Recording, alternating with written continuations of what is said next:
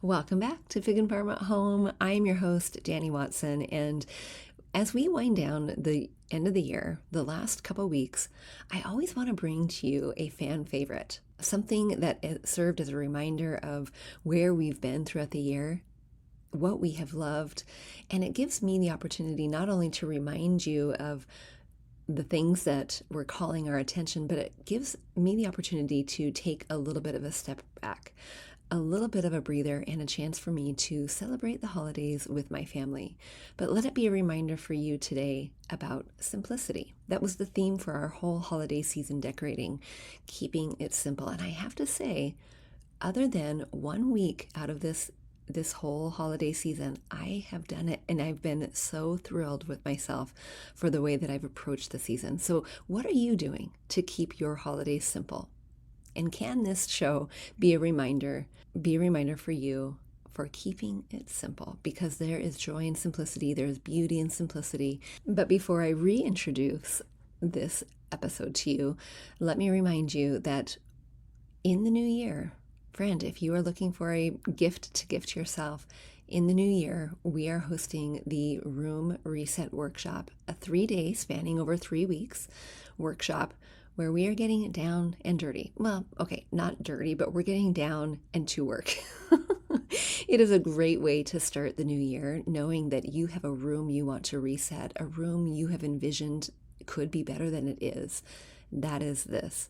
Over 3 days, we are talking about understanding your aesthetic, diving into that, and learning the process to make it super simple and super easy.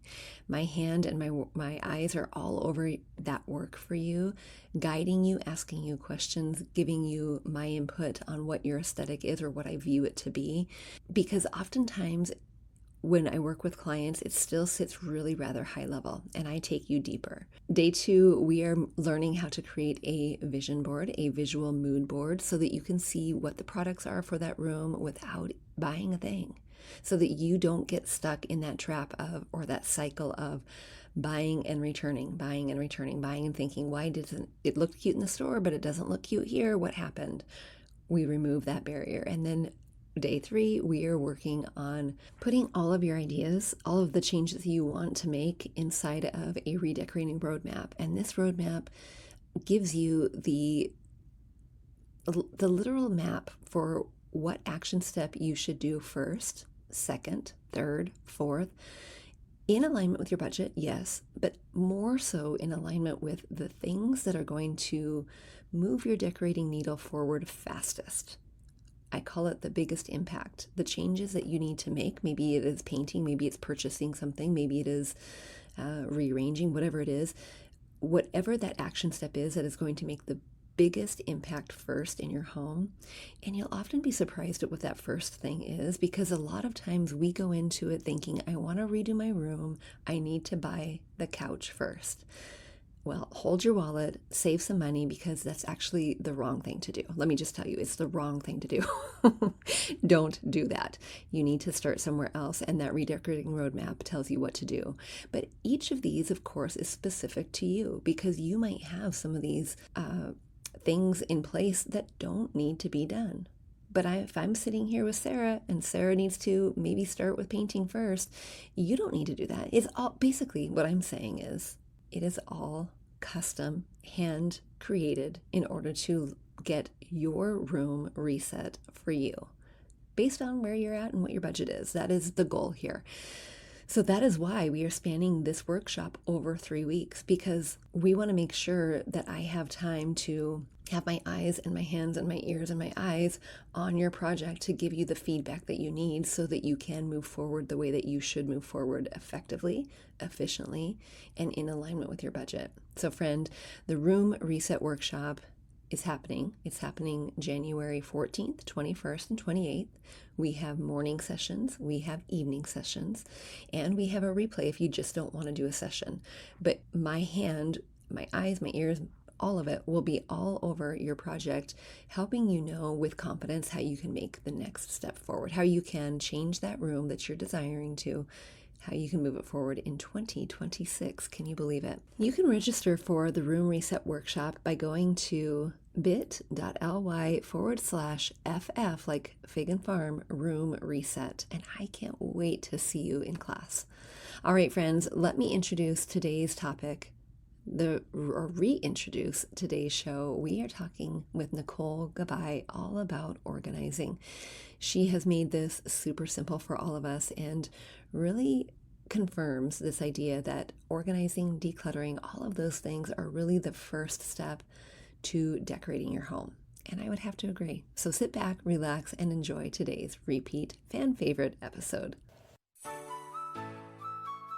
We grew up with the phrase, home is where the heart is, but our culture has shifted and now the message is, home should be Pinterest perfect.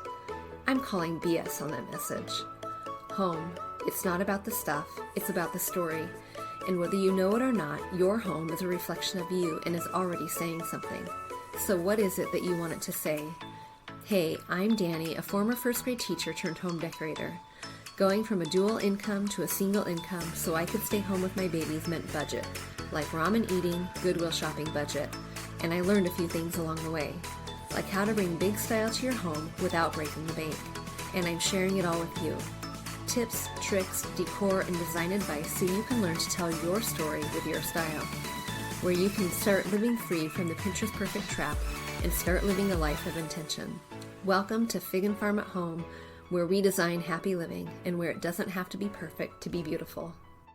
Hi, Nicole. Welcome to the show. Thank you. Thanks for having me, Danny. I've introduced you already and told them a little bit about who you are and what you do, but can you say it in your own words? Who are you? What do you do? And who do you serve? Yeah, sure. Thanks. So who am I? Wow, I feel like I'm a mosaic of so many things. I have a business professionally organizing people's homes and offices. I'm also an author and a writer. I'm an artist. Right now I'm doing mixed media.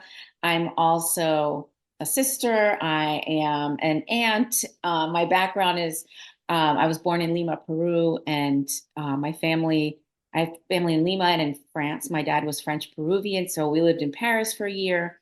So I speak 3 languages, and I go back to Lima a lot. I have a lot of family there. And yeah, so these days I'm really trying to help people get organized and learn about systems and how they work. Awesome. That's fantastic. So I serve a group of moms who really want to learn how to decorate their homes. And part of that I teach them is that it doesn't just start with the beautiful things. Right. It starts with getting your life in order. And sometimes we start with the decluttering and then the organizing after that, and then the beautiful things. So can you talk a little bit about why organizing, first of all, is so important? Absolutely. Well, we know it's important for our mental health, for our well-being, and it's part of self-care. I know how others feel because they tell me, and I've gone through it a couple of times too. When things are not in order, I am tired and sluggish, and I cannot move forward because I don't even know what's sitting in front of me or around me. And I think I 100% agree that first we have to do the decluttering. Like that's kind of just the start. And I always tell people start small. But yes, the pretty, doing what I call the containerization, all the decor, that really is the last thing we want to do, because you want to be able to see what you have after you decluttered. And then there is a crucial step in between, which I talk about in my book, which is how to organize what's left. I think we've had a great groundbreaking experience in the past 10 years or so with decluttering. And now I like to provide information about what's next. How do we now organize our stuff and then decide how do we make it pretty? Right, exactly. And you used a word that I've not heard before, but I love it. Maybe you've coined this, Nicole, but you said containerization. And Oh, yeah. I I know what I suggest when I'm talking to my mamas. I want to hear from you. So if a mom comes to you and she says, "Hey, I've just decluttered. I'm ready to get my life in order. I'm ready to organize. Yeah. Where do I start?" What would you Yes. recommend to that mom? So my first step, I have a 6-step process, and I basically have used that process over and over. I use it in my own life. I feel like there is just no other way. You have to go through this process. The 6 steps that I use I have likened or compare, related to the color wheel since I'm an artist and my book is fully illustrated. I did all the illustrations. So in my color wheel, in any color wheel, the first three colors, the primary colors, are in parallel with the first three steps. So the first principle, I call it sectional organizing.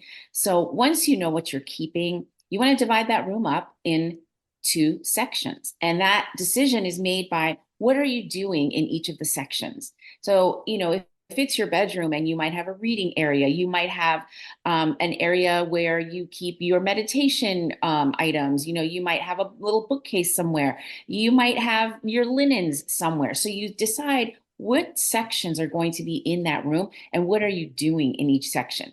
So if you have your reading area, well, you probably want a nice comfy chair. Then you want a little table or some kind of little stand for your favorite books or magazines. And so you divide those things up now that you know what you're keeping into sections. And if those sections that you've decided for that room, if everything doesn't fit in those sections, then you think about what's left. Okay, maybe I do that activity in a different room. So you kind of narrow it down for each room. And then I call it zones. So the zones principle, and I use it a different way than most people seem to use it. And that is you want to have the things you use the most in that particular section in your zone one.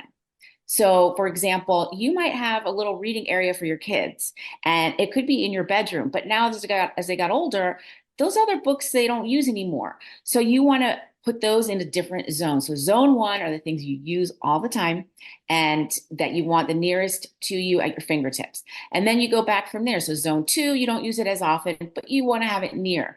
Zone three might be in a closet. And then you have that's it. Zone four is your limit. And that might be basement, attic, or high up in a closet.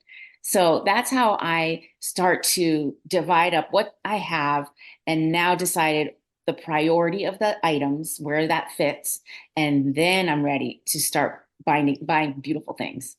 Oh, fantastic. Okay. So you mentioned the six-step process. With Yes. that, and the sections and the zones, are Yes. those two parts of your six-step process? Yes. And the third one being the containers, what Okay. you're going to store in. So it's storage, it's whatever stuff you're going to keep in that space. You want to figure out, how do I want to use this? Like, do I want a little bookcase or do I want a cabinet with doors? I don't want to see that stuff. Or do I need a drawer to pull out? Do I need it portable? Should it be in a box with a handle? Think about really what you're wanting to store and how you do that activity. Yeah, exactly. And the purpose of, like you were just mentioning, do you need a cupboard? Do you need something with doors? Do you need Yes. something with a rolly? I love Yep. that you're really thinking about the intention behind the room, and it all starts with that intentionality. What are you using this room for? What are you doing in that room? I love that. 100%. Yeah, absolutely. You have to think it through because you don't want to make mistakes, waste money, buy this cabinet. Oh, it doesn't even work. Or Yeah, I have way less things than this big cabinet I bought. Or I have so much more that needs to go there and this little bookcase isn't going to work. So right. you really want to evaluate what you're putting in your zone one that you want in your space. Right, right. Can you Yeah. talk a little bit more about are the zones, when you're saying zone one, zone two, zone three, I Yeah. understand the prioritization of that. Is that within the section? So if Yes. I'm in my, okay, so if I'm in my reading corner, let's go there. If I'm Yes. in my reading Yep. corner in my room, that is my section.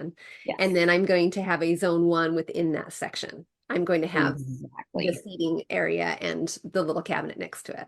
Exactly. And you kind of need to do that. Once you start dividing up sections, you realize that because each section is really an activity. Yeah, So, what are you doing in that activity? You start to see that all the related items are not all equally important. right, So, right. if you want to, maybe you're drawing in your journal and you're using these favorite pencils, that's great. You want that in your zone one. But what if you have acrylic paints, then you have oil paints, and then you have other supplies and you have stencils. So those might be things that you use sometimes, but you don't need all of it right in front of you. Right. And I imagine that helps with the decluttering process as well. Once you understand your section and your zones within the section, you might Precise. realize I actually don't do this ever. I can get rid of, Exactly. or I And don't have that's, space for it. I can get rid of. yes. Exactly. And that's the part about, I know that decluttering comes first. And do you love it? Does it serve you? Yes. But that's sort of a broad brushstroke, I think, because once you get a little deeper into it, when it's in its own section, you will further declutter. You will further, like you said, realize, gosh, I haven't used those paints. And in fact, they're kind of dried out. And these Yeah. brushes are really not so fresh anymore, So that process does continue to evolve as you're doing your sections and zones. Right. Definitely. What Yeah. what happens when you realize you're in this section, Yeah. and you have more things than are that will fit there? Yeah. I What really would think you suggest for organizing that? I suggest continue to brush stroke that, continue to finesse it. Get really serious with yourself because this is your self-care. The goal is to bring you more peace, more of a haven in your home so you can feel relaxed in your space. So you have to be honest with yourself. How much do you really use that particular journal? Maybe it's full. Maybe you don't like the paper anymore. So you have to keep asking yourself, how much do I really use this? And if I don't, where does it fit in a different zone? Because you can only store as much space as you have for things that need a space to store, and Exactly. right. And you can't just be buying all these giant cabinets for your room. You'll have nowhere to sleep and nowhere to walk. Right. And then it all goes back to that mental health and that self-care. Totally. And I know for me, there's a very visceral reaction I get when I see crud everywhere, when I see things overflowing that didn't find its way into that organized space. Yeah. And that can, at times in my earlier adulthood, that felt a little like I couldn't explain why I was getting so, and I'm just going to use the word uptight about the stuff that was out. Yeah. And it really came down to it doesn't feel good. It makes Yeah. me feel cluttered. It makes me feel disorganized. It makes me feel like I don't have my life together. Right. And 100%. And I think what happens with people, at least my clients kind of say to me, I hear it a lot, is I should know how to do this, or I know what I need to do. I don't know where to start. yeah, But I don't know that that's entirely true because my feeling is I worked in corporate America for 10 years and the corporate world is made up of systems. It's just how they function. And unless I had that experience to see deep inside how they function and also how to store for retrieval. That's the other key. It wasn't like take all the papers and shove them in a drawer. Well, no, I worked in production. You had to be able to, on a moment's notice, like, tell me who was the cameraman on 3 commercials ago that we did in January. Well, I'd have to have a really good way to retrieve information. right. So that being the key, I feel like organizing is a skill and people need to learn it, and if you're not exposed to systems in any way, I know a lot of entrepreneurs maybe haven't worked in a corporate environment and they get overwhelmed. Well, it's because if you don't have that knowledge of systems and how things work and prioritize and storing for retrieval, it's very hard to start from nothing to create a system. So I think really, yeah, anyone can learn it, but you need to start somewhere. And, there's a lot of books out there, and I put my book out to make it a little more fun, a little more attainable because it is illustrated but yet it gives you a really good description of Yeah. systems. And I like the way that you put that, storing for retrieval. I Yeah. immediately think of one of my friends who has Tetrised Oh, the yeah. storage closet and for his child. Yeah. And I mean, he's got a lot of stuff. He's got, Mhm. excuse me, he's got really great things in order for the kiddo to play, but Yes. it is not a system for retrieval. Yeah. He loses the things that he wants to play with. Um, does he have the Play-Doh? He doesn't know because it's so buried deep in that Tetris Right. of that closet. Right. And on the outset, when I open it up, it looks organized, and I am air quoting organized, but it really is not because there's not a system in place to retrieve it. That's such a good point. People, when they invite me over to their homes or whatever, don't look at my kitchen. It's not organized. I wouldn't know that necessarily. I mean, if it's obvious, yes, it's obvious. But like you said, I could open the pantry and well, be like, wow, this looks super orderly.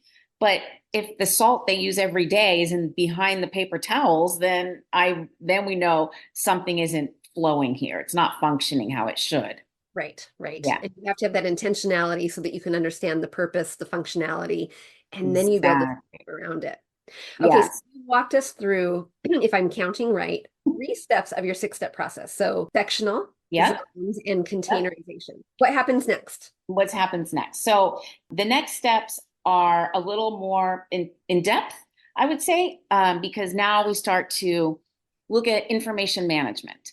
And with information management, that starts to dig a little deeper into, I mean, I feel like time, the way you function in time and space, helps you with information management. So how do we take everything we have in our maybe home management section, or maybe we have a home office, all the materials that are accumulated for that, how do we take the information with us? So first you have to know what you have, like we said, and you have to store it for retrieval. So it's all about that. I get very in depth in that subject in my book, and it has lots of layers to it. But once you see the concept, it's like, okay, we have all this information. How do we access it? And then how do we make it portable? So that's the next section, or the next step. My principles are 6 principles. The next step of the 6-step process is portability. So once we look at the information you have, how you want to use it, whether it's putting information in a calendar that the whole family can use. How do you, again, make systems so that everyone can follow? That's the information management. And then next is the portability. So I have different parts of portability that I talk about in the book. One of my most important, and I have an example, is I call this the halfway book. And I'll tell you why. Because in our lives, I think we can maybe all relate to this. We gather papers, we gather little notes, a business card, right? Somebody tells you something at lunch and you write it down and go, oh, I need to buy that book. Or, oh yeah, I want to look into that trip to Barbados. But you're not getting all into it right then and there. Right. And you write it on a piece of paper. So what ends up happening is, inevitably, we have little papers all around our desk or in our purse or our pockets. Yes. Yeah, right. And I call it little paper syndrome because we all have it. Oh, yeah. Yep. Right. And you call it the halfway book? this is that because this is a system of retrieval by categories. So my categories are spelled out thoughtfully before I start my book, and I put them all in, label makers so that they're all really clear. And I put my information in here that I will call halfway between a random note that I never use again, or it becomes something, but it had to start somewhere. Right. So before it becomes a file or a notebook or digitized in many ways, but we still always have some paper. We just do. We do. So I use this kind of like a journal, but not really. So all those little papers that we talked about that you might have jotted down something, then I come in and put it in my book. The reason I love this, because people will say, oh, well, I have a spiral notebook. It's okay. And I say, wow, the difference is in a spiral notebook, because yes, it's spiral bound, but it can be in any format. It can even be digital. When you're looking through a spiral notebook or a legal pad, and you say, oh, I know I wrote her phone number down. It's in red, but it's on the top right-hand side of that page. Hold on, let me flip through my 58 pages till I find it. Right. But if you seek that information categorically, you have a much better chance of finding it really quick. Right. Let me just interrupt for a second. For those who are listening to this and not watching the video, what Nicole is holding up is a spiral bound book with categories, tabs on the side. Tell us the labels on your tabs. What are your categories? So that's a great question, because that's part of when I work with people one-on-one, that is part of what I help them figure out, because that can be a little tricky and it changes. And your categories will likely be different than mine. It's probably based on priority, I'm assuming. And your life. Okay. Different things happening in your life, things like that. The other key thing is I date them. So this is my older book that I almost retired it, but I wanted to show you what a filled up book looks like. Fantastic. Because my new book is pretty blank right now. So this one, sometimes they last me 6 or 8 months, and then I'll put the beginning date, the end date, and I hang on to these for several years. Okay. So, and I have many times gone back to a book and be like, okay, I know I talked to somebody about a great mover and it was last summer. So then I'll pull out that book. Yeah. And there you found it. So, yeah. And Fantastic. maybe So, at the time I never used it, but yeah. yeah. So if I were to say, hey, Nicole, can you help me come up with categories for mine? What are some of the questions you might ask me in order to determine what categories I need? Yes. So first, I would look at the little papers you have and the notes you keep, right? Because it's really about what information comes at you on a regular basis. Yeah. And then we would go through what your life is comprised of these days, today.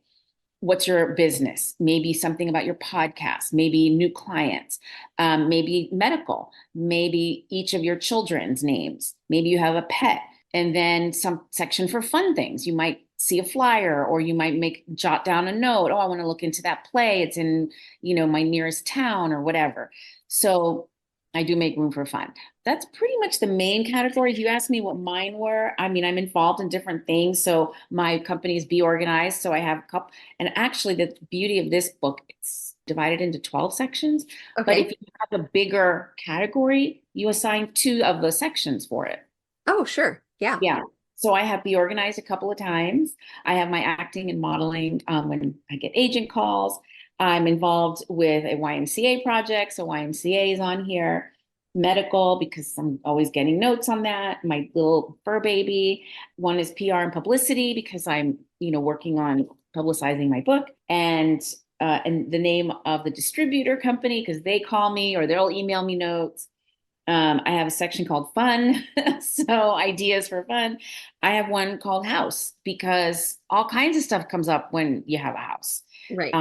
It's like you need a plumber. Well, maybe you got some ideas, but you just didn't know who to call yet. Keep it in my book, until I'm ready. And then the last one I have is financials. So these were all the things that were very high priority in my life last year because this is my last year's book. Yeah. So I will rethink it this time. Many of these sections will be the same. Right. But I might say, oh, okay, well, I want to do travel because now I'm looking into that. So you think through that way.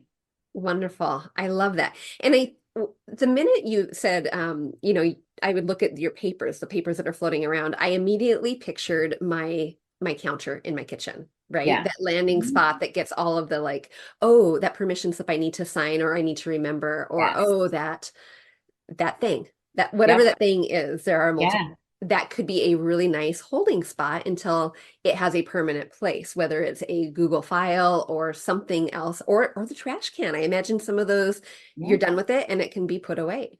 100%. You got it. That's exactly the purpose. So it's different than a to-do list because I feel like a to-do list is much more one and done. Like Yep. it's your list. Once it's done, you don't need that information anymore because whatever the to-do was, it will have generated either a file, new information, a phone call, emails or whatever. Right. But yes, this book is meant to be, like you said, a holding section. Yeah. I love Yeah. that. Yeah. Okay. And it's portable. So I Yeah. don't take it with me to dinner because it's a Yeah. little too but I come home later and put the notes in. Right. Right. But Yeah. you may have referenced it before dinner in your fun section. Where am I going? That Yeah. restaurant I heard Exactly. Susie mention. I'm gonna go and find it because I know I put it in my fun section. Yes. Oh, I That- love that. Okay. yeah. So portability Mhm. was number 5 in your 6-step process. Yes. Okay, what is And the number? last one is called Back to One. Okay, And I'll explain that. If I just said that, does I, that, I would have no idea what no that. idea? Okay, good.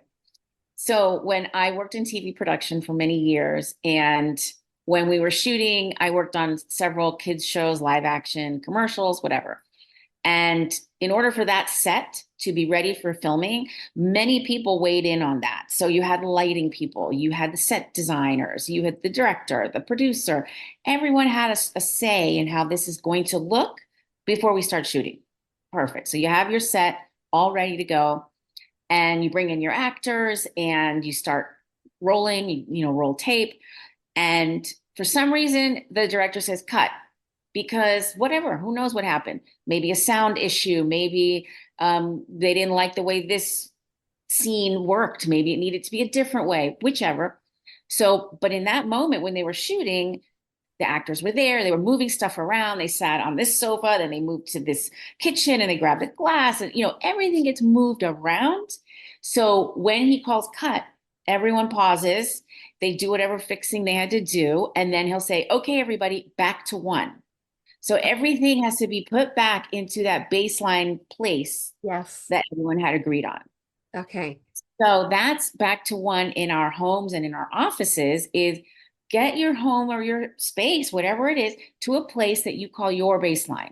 Yeah. Like when it's pretty, this is how it looks. Lovely. And then you live your life and you Yeah. do and you play and you have whatever, kids, the dog, you have all kinds of things. But either every night or once a week on the weekend, couple of hours, you want to get back to one. Yeah. I love that concept. So when I teach about cleaning your home, Yeah.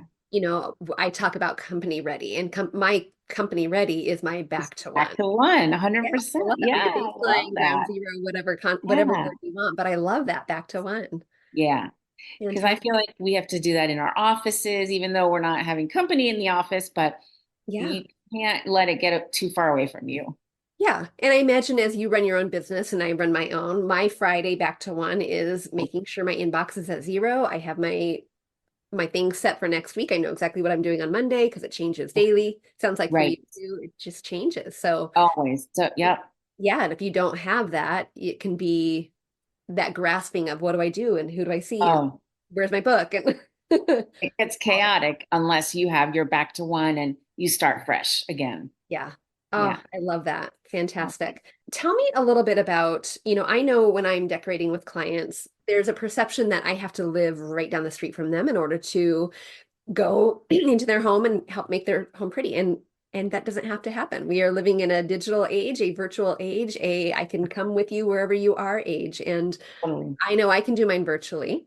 Yep. I imagine you can do and meet with clients virtually as well. Tell me how that might work. Yeah, so that is a great question. I'm really excited about the virtual platform for professional organizers. And in fact, I just got certified as a virtual organizing professional. And the beauty of it is much like you might think, or although I do, when I mention this, a lot of people look at me very confused, like, so how would that work? But the beauty of it is, first of all, each session is only 1 hour long.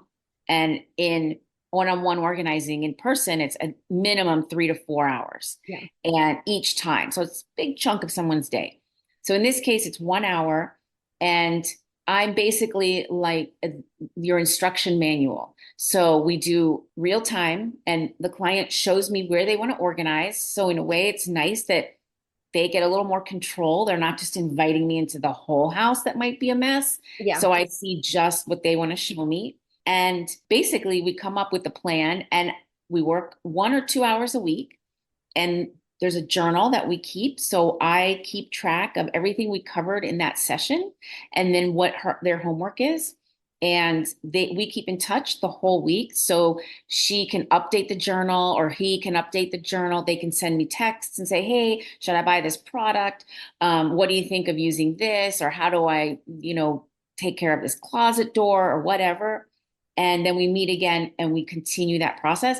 So we have also learned, this is really cool. In the certification process, we learned that there is a tremendous amount of science behind this, Yeah. that we used to think that people kind of stop learning by 8 years old and what and you were a sponge, but you're no longer a sponge. And they literally have done science experimentation, or they have really looked into this in many different ways of how our brains function and learn. And it turns out we can build new synapses all the time with Yeah. new information. So what we're learning about virtual organizing is that it's called skill transfer. They are learning the skills by working with me, by working virtually, Right. because I'm walking them through the process step by step. And with the repetition, they are learning new ways of thinking. Right. And what happens is the old way they used to do stuff starts to fall away and those synapses shrivel up and the new ones are created. So people are really changing how they think and how they function in their space, and they are gaining the knowledge to maintain it. So I'm excited about it. I think it's amazing and love working with people no matter where they are. Yeah, that's fantastic. And I liken that what you just said to like rewiring a tape. Remember, Yeah. we're maybe about this Yeah. where we Right. had cassette tapes growing up, right? Yeah. And you can rewire that tape based Mhm. on repetition. And those clients are getting a valuable experience because they can ask you why you are telling them what you're telling them, right? It's not Exactly. just a here's five things you need to do with no Right. background information with no explanation. There's that Right. interaction, and that interaction allows them to continue learning. I love that. Totally. And we have found that it's really working. Like people are changing their lives because, again, for someone who didn't learn systems, Yeah. this is a great way to learn it by experiencing it. Yes. Right. Yeah. Right. And everyone is a different learner, right? I mean, Yeah. I started my career as a first grade teacher, and I can't expect that five kids sitting in front of me are going to learn the five same ways. They're Right. going to all learn differently, and accessing that is super important. And Yeah. someone might be able to probably take your book and learn it and go. Some of it Yeah. might need to have you and learn it and go. And some people may be able to just be told by you, right? It's Yeah. all, I Well, love that. There's so many different modalities. yes. So that's interesting. You said that about me telling somebody how to do it because I really like to work with my client. Each one is different. My job is to learn how they think Yeah, and what is their form of logic. So, and then how they use each thing or each space in their home because what's their lifestyle? I right, don't want to tell them, well, this is where your hamper should be. Well, right, what if they're like, well, why don't I take my clothes off over here? I take them off somewhere else. So I have to learn them and really help them maximize what they already know. right, That's what I'm doing. I'm like giving them feedback so that they see what's working and then they see, oh yeah, that doesn't work anymore. right, right. Yeah. Exactly. Yeah. Yeah. And in that, you're helping them understand the function, the purpose, Yes. the Mhm. intentionality, all of that behind then the system that you might help them build to make it more Yes. efficient for them. Absolutely. And we sometimes we go through it. I've had clients where I'm like, okay, the best idea I've seen for this is to do your hanging clothes this way. And she was like, well, that wouldn't work for me. And Yeah. I was like, well, why wouldn't it work? She's like, it just won't work. I don't like it or whatever. She said, I just won't use it. So I was puzzled. And then I thought, okay, no problem. Let's keep looking for another solution that you like Right. because I can't impose my preferences on how someone lives. Right. I'm there to give you suggestions, ideas, 20 years of experience. I've seen this work. I know what new products are out there. I can give you ideas. Right. And, you know, the best part is when the client says, oh, actually, I like that one will work Yeah. for me. Yeah, exactly. Yeah, Yeah. one of my favorite lines is I don't live here, so I'm going to give you lots of ideas and suggestions of based on the information I hear and what I see, but whether virtually or in person, and then you can take it from there. But I don't live here. So my Right. suggestion for a rug or a pillow or whatever might be different based on, experience and all the things. So, Yeah, yeah. exactly. So there is that learning each other, but I guess because I've been doing it long enough, like I don't think just anyone can say, hi, I'm a virtual organizer. I Yeah, think you really have to have the hands-on in-person experience just to understand everything in terms of space, in terms of function, in terms of flow, like how a room flows. So you really need that experience behind you to right. be able to kind of reach through the screen and say, I think I know what can help you there. Right, right. And to know which questions to ask them. And that all comes from your experience and the things that you've probably run into with other clients in order to know maybe what they're not telling you, right? Yes, exactly. Oh, that's a good one. Because a client said, okay, I want to work on my closet. Okay, good. Can I just see the rest of your house? Well, and I said, it might be really helpful. Oh, okay. So now she's showing me walking through hallways. Oh, this door is the closet of this. And over here is, oh, it's just another closet. I'm like, wait, wait, wait, wait. These are Yeah. so good. I want to see them. And then Right, she would open it and things are falling out. And I'm like, that's a great space. You need yeah, to organize that in order to move things from a different area so that you have some flow. right, right. So, yes, a lot of times, yes, I only see what they want me to see, but I have a sense of what's, hidden behind the door. Right, exactly. Yeah. So I, That, I have to gently ask, yeah, can I just see what's in the drawer? Can I see oh, what's in my cabinet? yeah, because it really gives you a more full sense of what you're working with. Oh yeah, If you see, it's like habit building, right? And if you see what they're wanting to show you, but you then catch a glimpse of what's happening in the background, you yeah. probably want to know what's happening in the background in order to fill out how you can help them in the foreground. 100%. And many times the client doesn't realize, like, Yeah, oh, why would that cabinet matter? It's in the bedroom. We're working in the closet. Really? Let me look. it And matters. it matters. Yeah. And then if the hinge is broken, she's like, oh, this hinge is broken. Let's move on. I'm like, oh, no, that's so important. Right, That cabinet is amazing if you fix the hinge. right, right. Yeah. And Don't. then focus on the priority is fixing the hinge. Right, right, exactly. Okay, so my listeners can't see what is behind you, but if anyone watches this video, they can. And I see it is a very lovely book. Now, you mentioned a second ago that you illustrated I the did. the pictures in your book. I Tell us a did. little bit more about it. So I did a lot of collage. So it's colorful. I have my color wheel with all the steps. And then let's see, let me find a page that has lots of illustrations. I found myself over the years, whenever I was working with my clients, I would explain things to them, like here's a few illustrations. I would explain things to them and they would not understand what's a magazine box. And I said, oh, hold on, let me draw that for you. And then I draw that. Oh, yeah, I understand what that is. Oh, well, of course. Okay. Or how about a shoe shelf? Well, what do you mean by a shoe shelf? So I would draw the shoe shelf. So I am a visual person. I'm an artist. I'm trained in textile design and my mind thinks that way. So as I was writing the book, I was like, oh, this is the perfect place to explain how your desk can look or how your office can be organized. And that's what I set out to do. So every little concept in my book does come with different illustrations, how to organize your pantry, for example, how to organize the laundry room, the basement, and I just kept drawing things and then referencing that. Here's another clothing closet. And of course, in this chapter, I'm going to talk about what is pictured. So I made it um, not just so that it's visually interesting, but I feel like if it's fully text heavy, Yeah, that it leaves the reader to their imagination of what they think a shoe shelf is. yeah, And there's, 50 different kinds.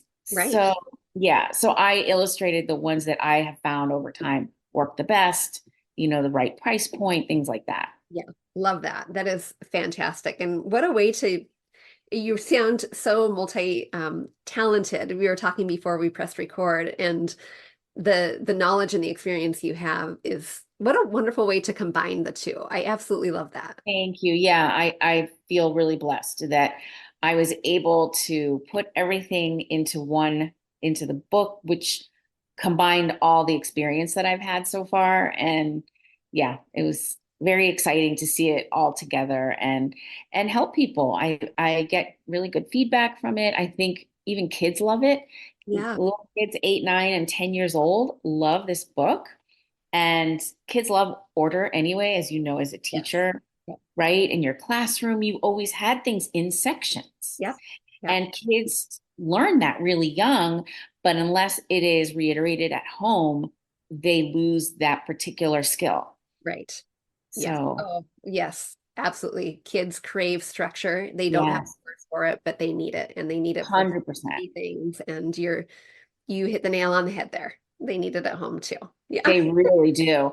And as soon as the kids learn about the label maker, that's it. They're Oh yeah. like, up and running. Everything's labeled. They really take to it. It's really important. I've had moms tell me, why don't they teach this in school? Like this book should be in schools. And I think it's a great idea. Yeah, yeah. Well, Yeah. you make a good point because systems in general, I mean, creating a study system or Yeah. an organized system at home so you can keep track of your things in order to Yeah. be a more productive, efficient student is critical. Just like a more productive, efficient adult running a business or running Exactly. life in general. Yeah. Yeah. Yeah. That's why I feel it's part of self-care. These are life skills. They are. You Yes. know, it's That's kind of a great word. it. Some people, it's funny to me when people say, "Oh, I should know how to do this," or "My mom said that." Oh, I know what to do, and I'm being lazy, and Yeah. I'm like, no, that is not the reason. Right. Yes, let's camp on there for 1 second because Yeah. a lot of, I mean, what comes naturally to each of us might Yeah. not come naturally to anyone else, right? Yeah. And however you learn to be organized, the history of that is different than how the person you're helping is going to be learning. Right. But it's not assumed that we should know how to do anything. If you think about, learning how to cook or bake cookies, you had to Right. learn at some point how to do that, a most basic skill, right? Right. Or Right. riding a bike. You didn't come out of the womb knowing how to ride a bike. You can't Exactly. expect to come out of the womb knowing how to organize. You have to 100%. experience, be taught, learn it some way. And some of us just gravitate to those things easier than others. Yeah. And, yes, gravitating towards is a thing because I feel like I gravitated towards that, but I didn't learn it at home. My mom was super disorganized, just piles of paper everywhere. And she would be that person who was like, don't throw away my newspaper because I wrote a note on the top corner of that newspaper. And I was like, how in the world does she do this? And so for me, it was like, I know I wanted to learn this, but I did not see it as an example. Right. We had someone that came and helped clean weekly, and I saw the result, and I loved everything in order, but that's not how we lived. And Right. I did not know how one achieved that pretty result. Right. Right. That's So, very similar to my story too, Nicole. oh, interesting. I my home was a disorganized, not cute mess. And I think going back to what the kiddos need, like that structure that they crave and they need, Yeah, I needed that. Of course, in my 7-year-old, 8-year-old, even 15-year-old self, I had no idea. sure. That's interesting. That's a very interesting thing. But yeah, it wasn't learned. So it gives hope to all these people who want both an organized home and a beautiful home, right? 100%. I think they totally go hand in hand. I think that's a huge trend right now too. It's like we don't just want it orderly, we want it to look pretty. Yeah, And I think there's more and more products out there that allow that and allow things to be movable if they have wheels or maybe a piece of a cabinet moves out or there's a drawer in there or some other insert that you can take with you or move around. right. So I think there's so much creativity now as far as the right storage products, containers, design wise. It's there's so much out there. And interestingly, though, the functionality I think is so important because it can look pretty and then not function. Yeah, So right. it needs to be dovetailed. It has to be both. Right, exactly. And on the flip side, it can, organization, like if I don't have the sources to buy the beautiful magazine boxes, I can Right. probably DIY something from a Cheerio box, right? It's Oh only yeah. until I can find the resource in order to make it. 100%. I've done that numerous times where I look at a box and I'm like, I could use that. If only I cut it in half and I put the flaps this way and I covered it like this. Well, that becomes the perfect toy box for my little dog That's right. until I find something pretty. So, yeah, there's definitely ways we can upcycle so much of what we have, but it does require a little more forethought Yes. before you finalize that purchase. Right. And it could serve as a nice experimentation too, to think, oh, I think this could be a solution, but I don't want to invest the $50 in that thing yet until I know that that solution works as the organizational, I'm just going to use the word prop. And you could experiment with that dimension, that size, that Amazon box until, yep, that works. I'm going to go now and buy the pretty thing. 100%. We Yeah. think so much alike. Yeah, and I often do that myself because sometimes I'm like, let me see if I like the location of this thing and the way it functions there. Let me try this particular box or drawer or whatever it is.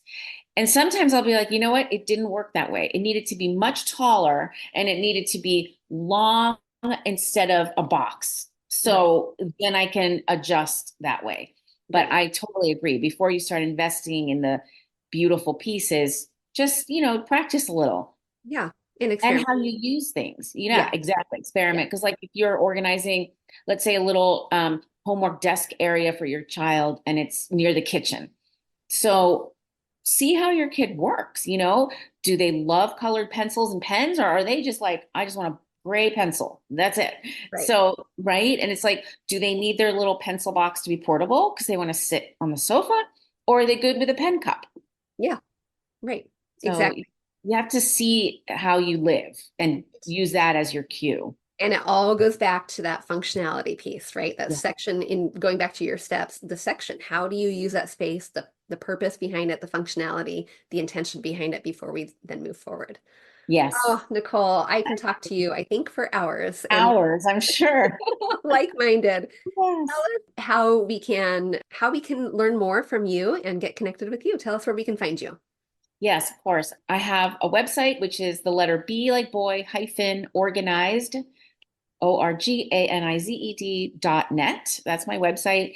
My Instagram is at Nicole Gabai. That's my full name. And you can email me. My phone number is also on the website. So feel free to call. And if you want to buy the book, it is available on Amazon, The Art of Organizing. And And I'll actually, it's have available. and Sorry. I'll have the links in the show notes too for Sure. all of the things, your website and to purchase your book. Thank you. And I was also going to add, you can buy the book at any bookstore. It Oh, is fantastic. distributed through international distributor that every bookstore uses. So, Wonderful. Well, it has been an absolute pleasure to talk with you today. And I oh, hope thank that a lot of my mamas who are wanting to really become intentional with their spaces will come in contact you. you, Danny. Thanks for You're welcome. having me. You're It was welcome. great. Hey, real quick before you go, if you learned something new or found value in today's podcast, would you head over to iTunes to Fig and Farm at Home and leave a review and subscribe to the show? That would be awesome. And if you'd like to connect with my community of mamas who are learning to be intentional storytellers within their own homes, join us at bit.ly/design101 group. There's always more room at the table. See you soon.